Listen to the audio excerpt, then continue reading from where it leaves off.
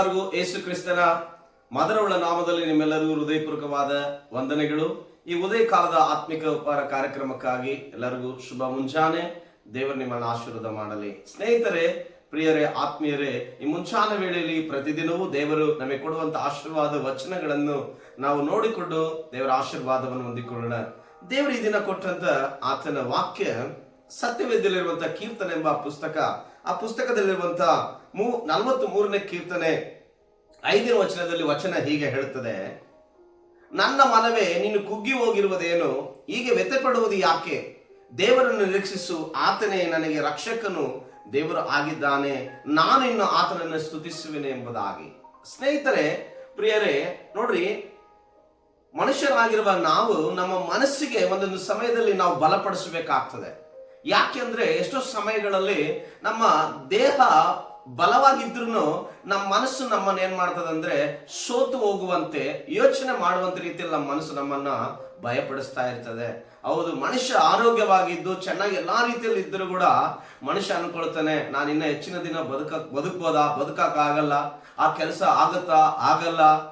ಈ ರೀತಿಯಾಗಿ ಪ್ರತಿಯೊಂದು ಆರೋಗ್ಯ ವಿಷಯದಲ್ಲಾಗಿರಲಿ, ಕೆಲಸ ಕಾರ್ಯಗಳ ವಿಷಯದಲ್ಲಾಗಿರಲಿ, ತನ್ನ ಆರ್ಥಿಕವಾದಂತ ಪ್ರತಿ ಸಂಪಾದನೆ ವಿಷಯಗಳಲ್ಲಾಗಿರಲಿ, ಸೇವೆ ವಿಷಯದಲ್ಲಾಗಿರಲಿ, ಆತನ ಮನಸ್ಸು, ಪ್ರತಿಯೊಬ್ಬರ ಮನಸ್ಸು ಇವತ್ತು ಹೆಂಗಾಗಿದೆ ಅಂದ್ರೆ ಎಲ್ಲಾ ರೀತಿಯಲ್ಲೂ ಸೌಕರ್ಯವಾಗಿದ್ರು ಮನಸ್ಸಿಗೆ ಬಲ ಇರೋದಿಲ್ಲ.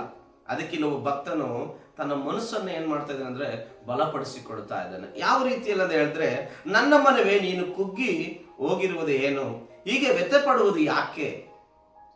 ದೇವರನ್ನು ನಿರೀಕ್ಷಿಸು, ಆತನೇ ನನಗೆ ರಕ್ಷಕನು, ದೇವರು ಆಗಿದ್ದಾನೆಂಬುದಾಗಿ.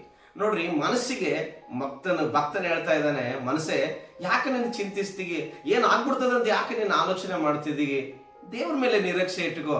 ಖಂಡಿತವಾಗಿಯೂ ದೇವರು ನಮಗೆ ರಕ್ಷಕನು, ನಮಗೆ ಒಡೆಯನಾಗಿದ್ದು, ನಮ್ಮ ಎಲ್ಲಾ ಕಾರ್ಯಗಳನ್ನು ಮಾಡೋದಕ್ಕೆ ಆತನ ಶಕ್ತನಾಗಿದ್ದೇನೆ, ನೀನು ಯಾಕೆ ಚಿಂತಿಸ್ತೀಗೆ ಮನವೇ ಎಂಬುದಾಗಿ ಆ ಭಕ್ತನು ತನ್ನ ಮನಸ್ಸಿಗೆ ಬಲಪಡಿಸ್ತಾ ಇದ್ದಾನೆ. ಸ್ನೇಹಿತರೆ, ಇವತ್ತು ನೋಡುವ ಪ್ರತಿಯೊಬ್ಬರಿಗೆ ನಾನು ಹೇಳ್ತೇನೆ, ಎಷ್ಟೋ ಸಮಯದಲ್ಲಿ ನಿಮ್ಮ ಮನಸ್ಸು ನಿಮ್ಮನ್ನು ಬಲಹೀನವಾಗಿ ನಡೆಸುವಂತ ಸಮಯದಲ್ಲಿ ಆ ಮನಸ್ಸಿಗೆ ನೀವು ಬಲಪಡಿಸಿರಿ. ಏನಂದು, ನಮಗೆ ದೇವರಿದ್ದಾನೆ, ಮನಸ್ಸೇ ನೀನು ಚಿಂತಿಸಬೇಡ, ಮನವೇ ನೀನು ವೇದನೆ ಪಡಕ್ಕೆ ಹೋಗಬೇಡ, ದೇವರು ನಮ್ಮ ಪಕ್ಷ ಇದ್ದಾನೆ ಎಂಬುದಾಗಿ ಯೋಚನೆ ಮಾಡಬೇಕು ಎಂಬುದಾಗಿ ನಿನ್ನ ಮನಸ್ಸಿಗೆ ನೀನೇನ್ ಮಾಡಬೇಕು, ಸರಿಪಡಿಸ್ಕೊಂಡು ನಿನ್ನ ಮನಸ್ಸಿಗೆ ನೀನು ಬಲಪಡಿಸ್ಕೊಂಡು ಹೋಗ್ಬೇಕೆಂಬುದಾಗಿ ಇವತ್ತು ಭಕ್ತನು ನಮಗೆ ತಿಳಿಸುವಂತನಾಗಿದ್ದಾನೆ.